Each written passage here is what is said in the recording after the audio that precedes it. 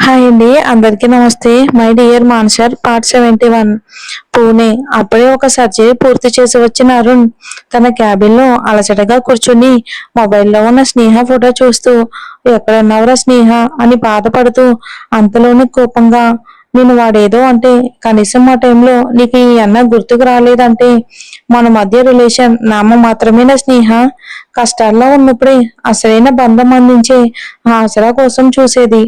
అలాంటిది నీకు ఆ టైంలో నేను గుర్తుకు రాలేదు అంటే నాకు నీ మీదున్న అభిమానం, ప్రేమ నిన్ను ఆ టైంలో దగ్గరకు తీసుకోవటానికి సరిపోదు అనుకున్నావా ఏంటి అని కోపం, బాధ కలగలిపి కన్నీళ్లతో వెనక్కి వాలి కళ్ళు మూసుకున్నాడు అర్జున్.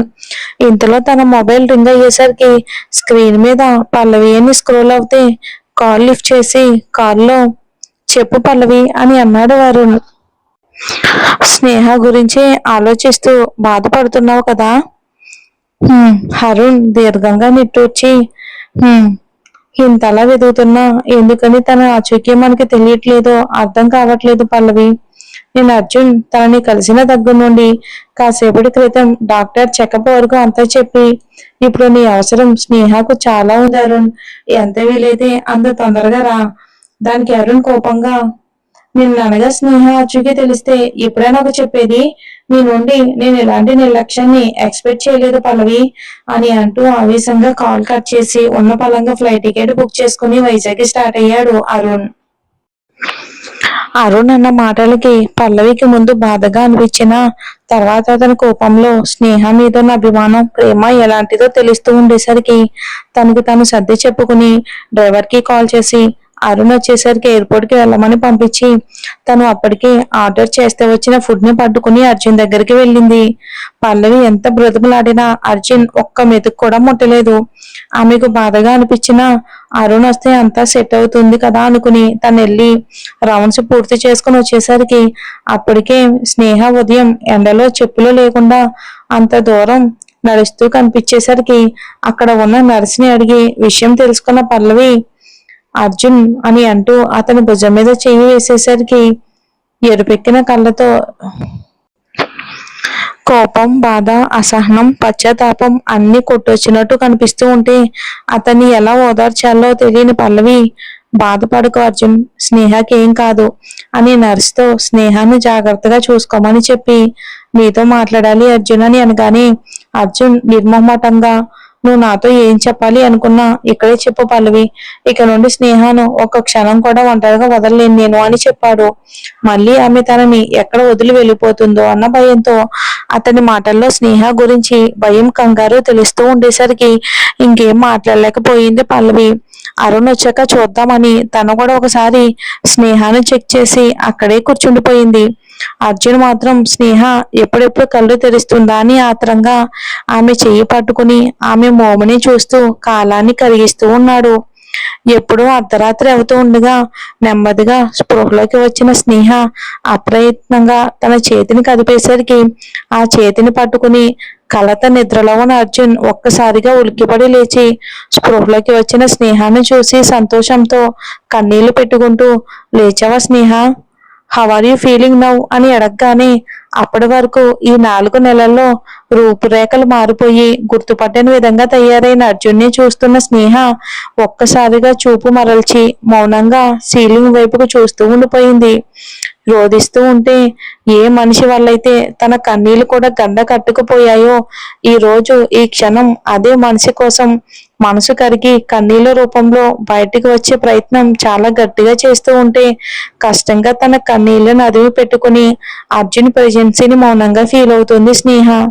అర్జున్ ఆమెను ఎంతగా బాధ పెట్టినా, ఎంతగా అవమానించినా స్నేహ తన ప్రాణమే అర్జున్ మీద పెట్టుకుని బ్రతుకుతుంది.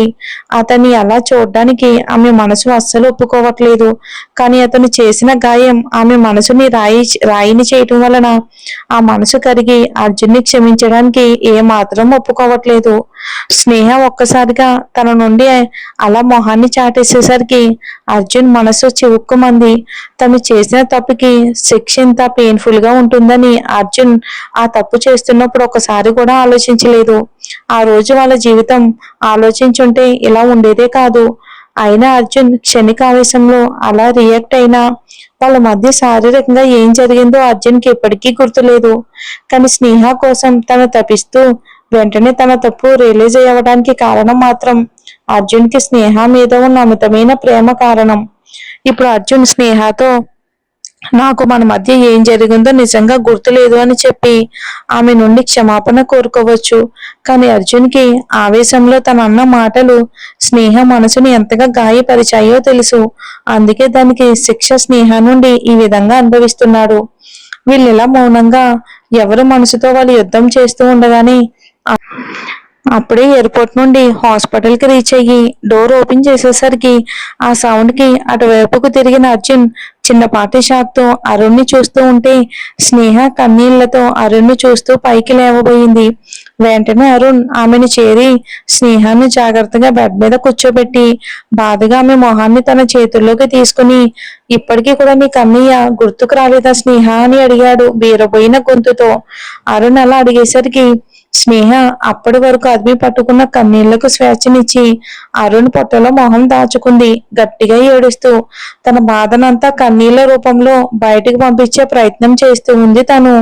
స్నేహ అంతగా ఏడవడం చూసేసరికి అటు అర్జున్ కి అరుణ్ కి మనసు భారంగా మారటంతో అర్జున్ ఆసరాగా స్నేహ భుజం మీద చెయ్యేస్తే అరుణ్ ఆమె వెన్ను నిమురుతూ ఏడవకర స్నేహ, నువ్వు చాలా వీక్ గా ఉన్నావట.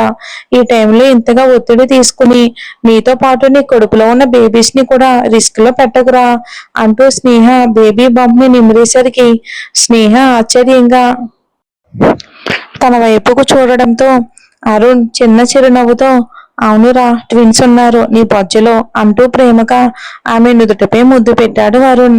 అరుణ్ నోటి నుండి ఆ గుడ్ న్యూస్ విన్న స్నేహ తెలియని సంతోషంతో తన బంప్ ని నిమురుకుంటూ అప్రయత్నంగా అర్జున్ వైపుకు చూపు మళ్లించేసరికి అర్జున్ ఆశగా తన వైపుకే చూస్తూ కనిపించడంతో కన్నీళ్లతో చిన్నగా నవ్వుతూ అర్జున్ అలాగే చూస్తూ ఉండిపోయింది స్నేహ.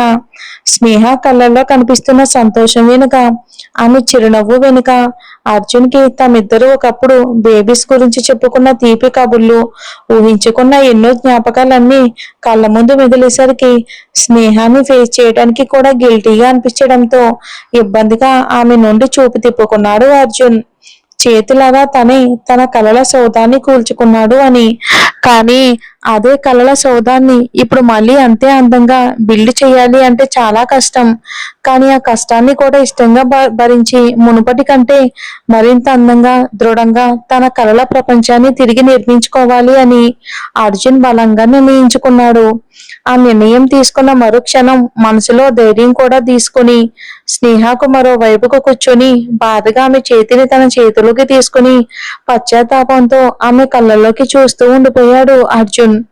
వారి మధ్య ఒక్క మాట కూడా లేదు. కానీ వారు మనసులు మౌనంగా మాట్లాడుకుంటూ ఉండగానే అర్జున్ అని అంటూ వచ్చింది పల్లవి అక్కడికి. మరి స్నేహ అర్జున్ ని క్షమిస్తుందా? అసలు వాళ్ళ మధ్య ఏం జరిగిందో అర్జున్ తెలుసుకుంటాడా? చూద్దాం.